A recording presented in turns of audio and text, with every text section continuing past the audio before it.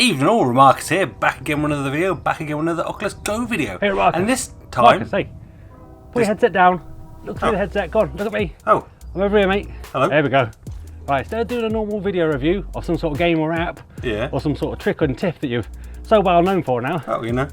How about you show your viewers how they can create their own 360 videos and photos, rather than just doing your usual stuff. Show them the different 360 cameras you got, what they do, which ones you think are the best, the pros, the cons, that sort of stuff.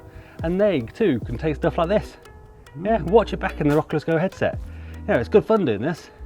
Yeah, but do we think people really want to do that? I mean, are they going to be interested? Oh, I mean, look around. You only have to look around. Go on, look all around. Yeah. Behind you, look at that view. Yeah. That is the reason why you do 360 content. Okay, I'm sold, and I'm sure people will be sold as well. They definitely want to see this. I think we should probably do something. Yeah. Sounds like a good let's idea. get at it. Let's go. Let's go. Go on.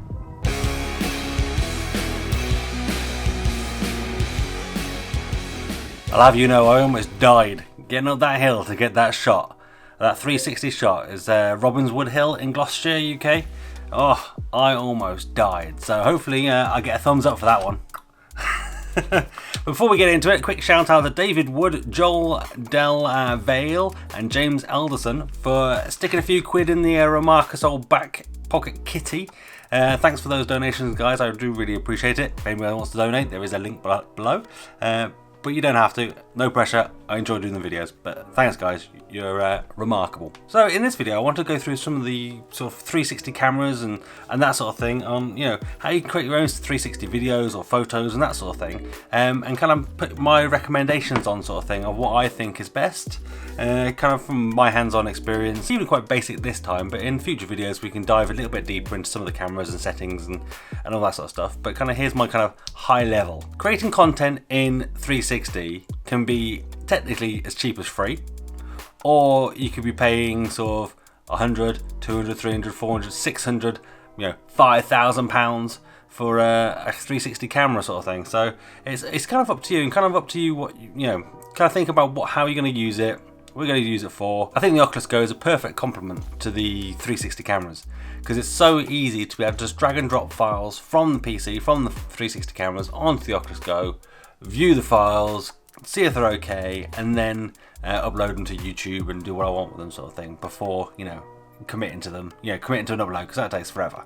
So it's been great. So, and obviously just recording your memories and even taking photos and stuff is brilliant in 360.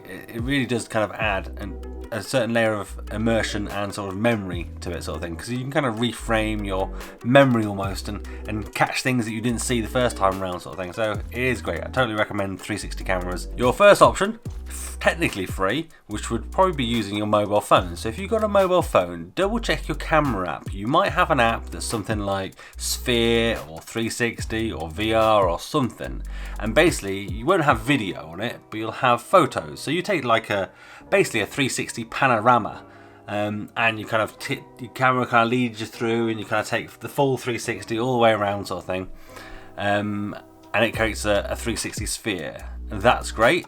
The only downside to that is it's got to stitch, loads of different photos together, so the stitch lines are never perfect where it kind of matches the photos together. And obviously if somebody starts moving in this 360 as you do it, you could end up having them in there 4, 5, 6, 10, 15, 20 times, and things obviously move while you're doing it. So it's not ideal. What is ideal is if you go kind of a little bit up, something like this. So this is a 360 camera. So this is a Samsung Gear VR 2016 edition. Just to demonstrate a 360 camera, you get two lenses, two 360 lenses. So it basically captures the entire picture, both sides, stitches them together, makes a big 360 picture. Now this camera is probably what I'd probably say the bottom of the run one. I probably wouldn't go for anything cheaper than this, but this camera you can get for about £75, if not cheaper. So figure that out in your dollars. But kind of for the features, it's quite good.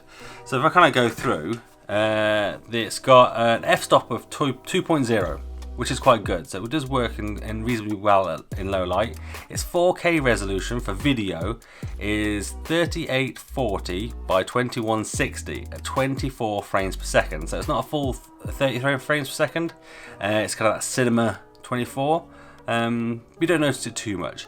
One good thing about this camera though is it does 30 megapixel pictures. So it basically has a 15 megapixel sensor either side, and when it stitches that together, that becomes a 30 megapixel picture, which is really good. So there's a newer version of this, the 2017 version. I'll show you that one in a second. But this one kind of that's kind of what I would use it for. If I want to take a good photo with lots of detail, I'd grab this camera. Even for 75 quid, bargain. It comes with this little tripod, so you can take the tripod off and screw a different one on. But the pros to this is it's got a little flap on the side where you can take out the batteries and you put new batteries in, so you buy multiple ones, so it runs, you know, for as long as you want it to do. It takes memory cards, so the memory is expandable. It's got a little screen, but the major downside to this one is Samsung phones only. So if you don't have a Samsung phone, you can't connect it to an app and it won't work. But what you could essentially do is set it, if you're iOS or a different phone, you can set it at once, and then you can pretty much control it then from just the camera sort of thing, between the record button and the other options on the side sort of thing. You can pretty much control it with that sort of thing. So maybe just the initial setup and then you're away sort of thing. But for 75 quid, this is a bargain. Now, is it the best one out there? No. They brought out a 2017 version. Comes in a little soft pouch, and if you pop that out, it's a different shape. It's probably a better shape. It's got a bit more of a handle to it that you can kind of hold on to, where the other one, if it wasn't on that little tripod stand, it's a bit awkward to hold. But this one works quite well. Once again, 2 lenses. It's got a similar sort of button setup, 2 buttons on there, a record button. This one does work on iOS. You don't think you get as many options, and it works on other Androids as well, but it's still good. The features that it's lost, you can't change the battery, but it's USB Type-C, so it does charge a bit faster. Runs probably about for an hour and 20 minutes, I'd say. It does have expandable storage, so you can put memory cards in there. And this one, the bonus to this one is that it's got a higher resolution video, only slightly, but it's 4096 by 2048 at 24 frames per second. It has a slightly higher f-stop, so 2.2, so it doesn't perform as well in low light, and its photos are only 15 megapixels, so it's half the megapixel count of the original one. And this one costs probably 120, 130, depending on where you buy it from sort of thing. So in comparison, I've got both of them, and I'm keeping both of them because I would use this one for photo and this one for convenient video, because literally that one button click, record, is a job good and sort of thing. And I've got a couple of these because I was experimenting with stereoscopic 360 video. So let me know in the comments down below if you want to see more on that. But I'm still playing with that and trying to get it to work correctly, but I'm pretty much there. One of the weird things, it comes with like a little ring as a stand. So whereas the other one came with a little tripod, you kind of got to like stand it in the little stand as this little rubber ring. Yeah, that's not great. But it does come with a slot at the bottom, the tripod mount, so you can put whatever you want on there sort of thing, a selfie stick and that sort of thing. It's a good little one, a bargain price as well. I mean, 130 quid for that, actually a pretty good buy. I mean, you can get the pair of them for like 200 quid, so bargain. On to the third option, which I have. So these are all cameras that I own and I've played with, is the Insta360. So this is an Insta360 camera. It comes in this kind of like plastic tube that kind of protects it, which also doubles as kind of like a mount for holding it. It's 24 megapixel photos, so it's better than the 2017 Samsung 360 camera, but not as good as the 2016 version. But I think it's just nicer. The photos that come out of this are really nice, are really good. It's got f-stop 2.2 as well, so it's not great in low light, but it's not bad. And its video resolution is 30 frames per second, this one, and it runs at 3840 by 1920. So a little bit lower than both the two cameras we just saw previously. If you've got an iOS device, it's got the kind of cable built into it as well, which is very convenient. So I've got an iPad, I don't have an iPhone, I use Android. But you can stick this straight in, you can see live recordings as it's plugged in. Some of the great things about this is its app. So the app that it comes with, for iOS in particular, has loads of features.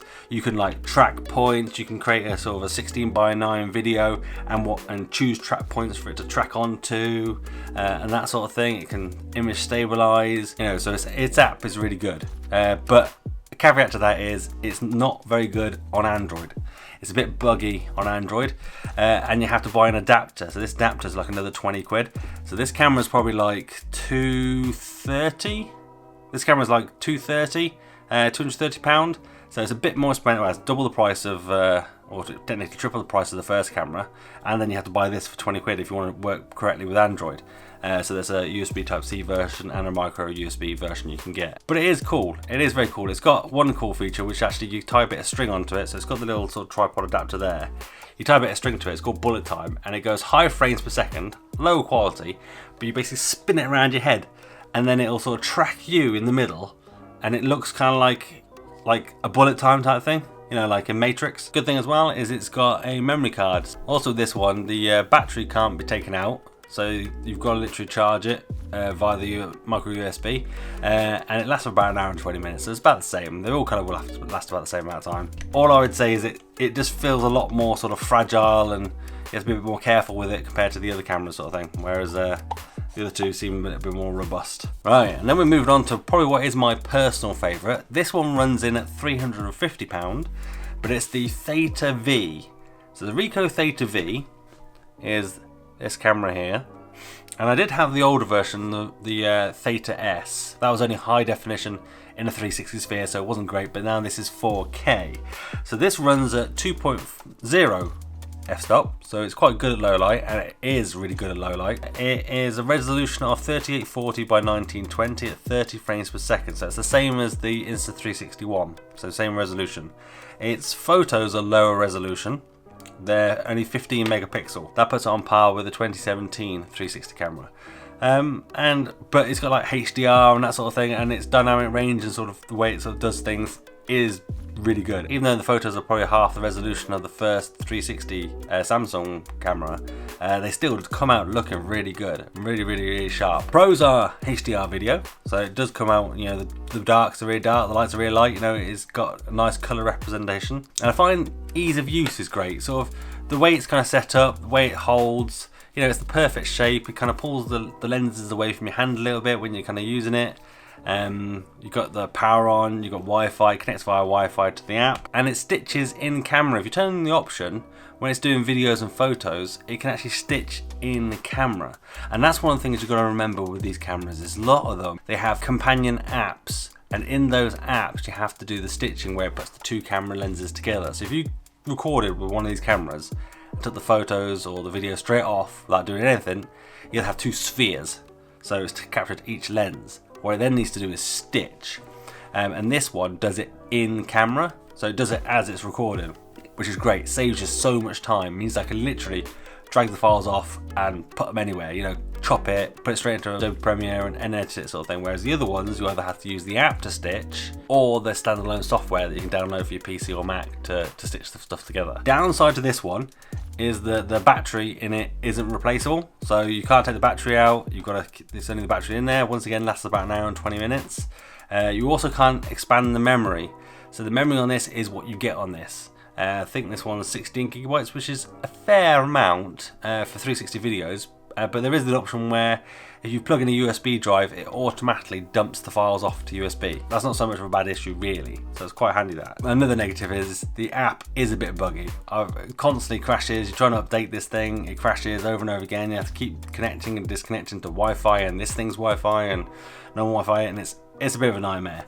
But there is a separate editing app for editing the videos, applying filters to photos, all that sort of stuff. So it is still good, and they are always updating that sort of thing. But this, I mean, at 350 quid, this is still my favourite, and definitely kind of one that I would go to if I want to kind of do pretty much anything, video or photo. And this one comes with a little neoprene slip just for sliding it into sort of thing, so I find it great for sticking in and out of your pocket. I do have a tripod adapter attached to it, hence why the little stick's sticking off. That's not usually there. But what that helps you do with this camera is it's got a microphone input jack, which none of the other cameras have. So you plug a microphone straight in, and then it also gives you access to the USB as well with this stick attached sort of thing. So I can charge it and live stream and that sort of thing. And this is what the video earlier was filmed on. It was filmed on this. So if I was to recommend one of these cameras, I'd say if you just want to give it a go, take some photos, and see if you like it, see if you get on with it, get the cheap one. It's 75 quid. You can probably get it even cheaper second hand these days. A lot of people got these for free with their phones and that sort of thing. It's a little bit bulkier technically compared to the others. It's a little sort of golf ball, tennis ball type thing. But it's functional. It does it. It takes great quality photos, and you know, rather than sort of with your phone sort of scanning around taking photos, you know, put your hand up, click the one button, takes a photo, share it. It's brilliant. You can stick it on a stick, and then you know it's got a 2-second timer on it. Say, stick the stick in the air, and that sort of thing. If you got the money, I'd definitely recommend the Theta V. Just the quality, ease of use, the updates it gets. Sort of the form factor and sort of the quality overall that comes out of this is really, really good, really top notch. Plus I love how it looks. Look at that, slips in your pocket nice. So I suggest doing a little bit of your own research into the cameras yourself as well. You know, let me know if there's anything you want to see more on in these cameras, and I'll see what I can do. As a little sort of added extra, I probably suggest necessary accessories for this are: one, a selfie stick. Technically 360 video or photos will always be selfies, because you'll always be in the photo. Unless you stick it right above your head, you can kind of hide yourself a little bit in the sort of stitch line. But a nice selfie stick. This one's great because it's quite sort of low profile at the top sort of thing, so you can stick it on and it goes quite high. So you can quite often hit the button, stick it in the air, stick it wherever you want to do it, and you're sorted sort of thing. Another thing you might want is something like this little Pixie Pro, a Manfrotto sort of tripod, where you can connect this onto. You can plonk it down and be sort of a certain distance away, or sort of a Joby tripod sort of thing. It's quite good, but they're a bit faster, so you can kind of see those. And one of these sort of little Manfrotto sort of pocket tripods are quite good. I don't know if you've ever seen one of these, but it's literally kind of like 3 little feet, and you can stick any sort of little camera on it, and it works quite well. So I kind of use it quite often for this camera. Without the sort of selfie stick on it, I'd stick it straight on, and it makes quite a secure base for putting on less sort of even surfaces sort of thing. So definitely one worth checking out there. I mean, editing these files and that sort of thing, as I say, you have to use the apps, you have to use the software on the computer, but the great thing is you can stick them on your Oculus Go. Once you've stitched them, stick the files on, you can preview them straight away. It's brilliant. You can stick them on Facebook. Facebook supports 360 photos and 360 video. YouTube supports 360 video, so you can stick the files up there. And once again, you can access them from there in your Oculus Go. So it's brilliant. So what I probably will do is do some 360 videos and some 360 photo stuff and produce it for my channel as well. So let me know in the comments down below if that is something you want to see, because I don't want to do it if it's going to put people off, because obviously I guess in theory you want to be viewing it in something like this. But if you do want to see more, let me know. And if you want me to go into detail about any of these cameras, probably the more expensive one and maybe the cheapest one, they're the two that I've recommended sort of thing, do let me know, and I'm happy to do some more videos. So hopefully that's giving you kind of a quick insight into 360 cameras, what you can get from them sort of thing. It's probably a bit of a haphazard review type thing going on here, but hopefully it's giving you a bit of an insight and a bit more information than maybe you had before, and maybe you thought they were really expensive or really hard to use sort of thing, but they're not. They are super easy to use, and the Oculus Go, if anything, makes it even easier, because now it's super easy to preview your content. Alright, give this video a thumbs up if you liked it, thumbs down if you didn't. I'm big enough and ugly enough to take if you didn't like it, that's fine. But do let me know in the comments down below what I did wrong, and I'll see what I can do for next time. Make sure to subscribe if you haven't already.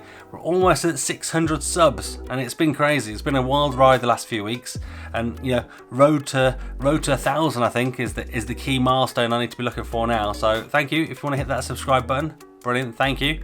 And I think that's me pretty much done. I'm out. Have a virtual high five.